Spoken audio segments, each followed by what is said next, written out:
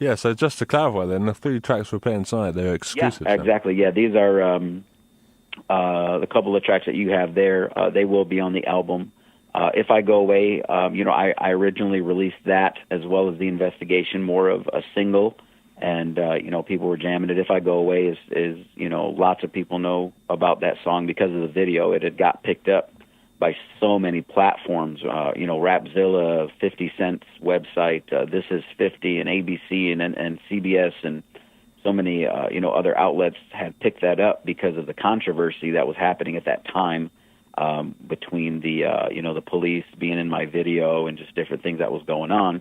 And so God used that for my benefit to push that out there. And so, it's gotten a lot of great reviews, a lot of exposure across, both the U.S. and even around the world, and it's still growing. And so, Memory Lane is a song that has not really been released out there. It's not released as a single. It's just getting on this radio station here, and a couple other small venues that I've done a performance for it recently. But there's many new songs that are coming out on the album that were not released previously as singles that people will get to hear, and they're great songs. The one with The Truth, of course, Memory Lane. I have another one with Young Noah called Follow Me. I have another one called Run, and I have another one that hasn't even been heard at all called The Epic Story.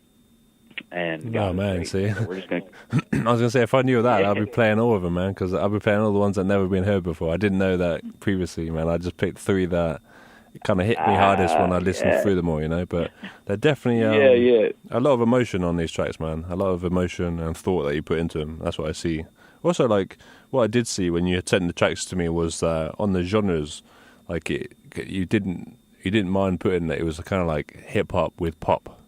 So is that something like you do as well? Like you're interested in the pop as well? Oh yeah, I mean I love to cross genre. For I think probably my next CD and some of them upcoming music. I mean I'm doing some crazy stuff, brother. I have hip hop and orchestral music mixed. I have one song that's actually hip hop and bluegrass. Oh man, this track, brother. Oh my, you ain't never heard a track until you heard hip hop and bluegrass mixed together. This mug is off the chain. You're gonna love this track, bro. So I like doing that, bro. Crossbreeding, rap, pop, rap, jazz, rap, any other genre, rock even. It's just something that I do. I don't feel like I need to be in a box where I have to just stay in one genre. My creative juices flow well outside of that box, and I'm always thinking of ways to, press past, the boundaries, break through the wall, do something different, something bigger, something better, expand the vision for music and how music is listened to. So, man, that's pretty much what it is. What was the tracks that you said that had never been heard before? You said The Epic Story, and what was the other ones? Yeah, The Epic Story has not been released publicly like that. Run is another one. Yeah. Follow Me is another one. Memory Lane, God is Great, and and there may be one more. We're in debate right now if we're gonna rock this one out for the album or just put it on the next one. But if we do put it on the album, the track's name is Dead Bones Rise. And so we're working on getting all this stuff together. But whatever we do, it'll be done within the next couple weeks. So that's cool, man.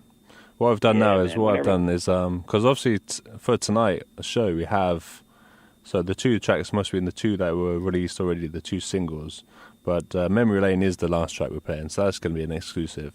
So what I've done now, yes, correct. What I've done now, only because you told me that, is I've added The Epic Story, Run, and Follow Me into the HopeJamz playlist. So at some point over the next few weeks, hopefully before you release, I can run them as exclusives for you.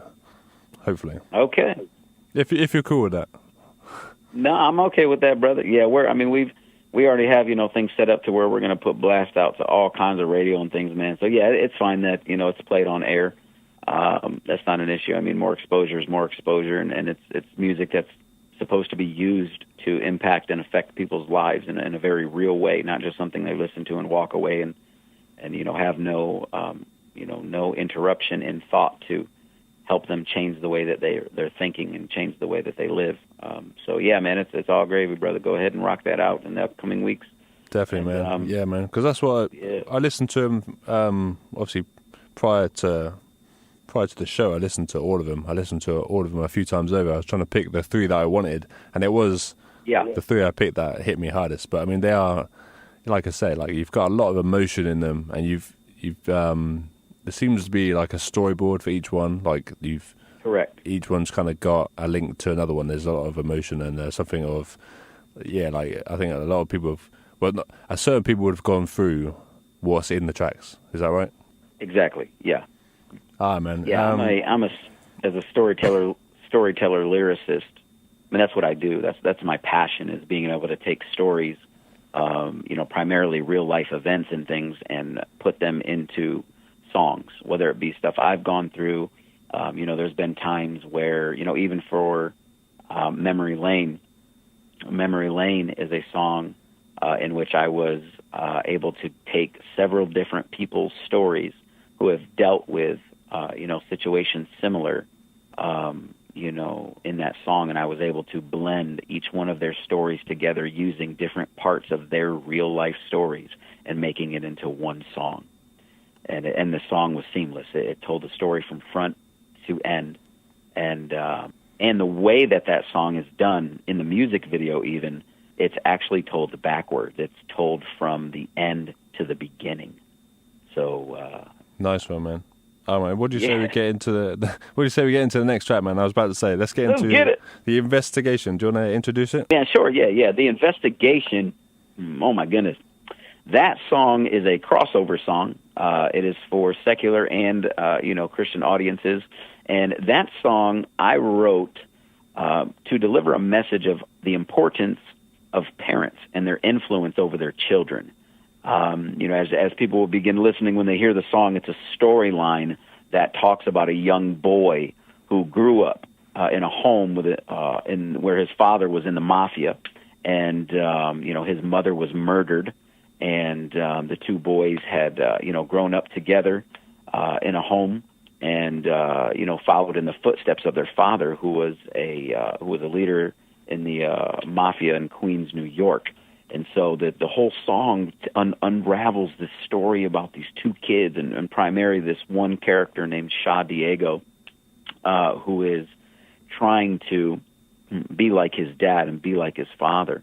But in doing so, he's walking the same footsteps that caused his mom to be slaughtered, and and a bunch of other things that took place throughout that storyline. So yeah, the investigation, the primary message of that, my brother, is it is important for parents to recognize the influence that they have over their children.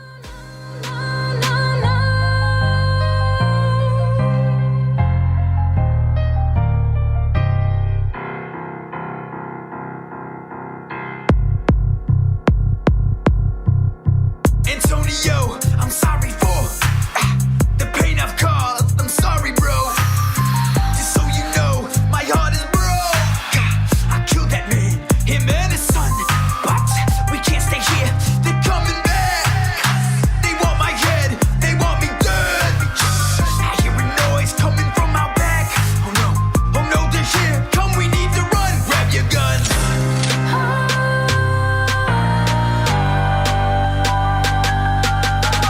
Keep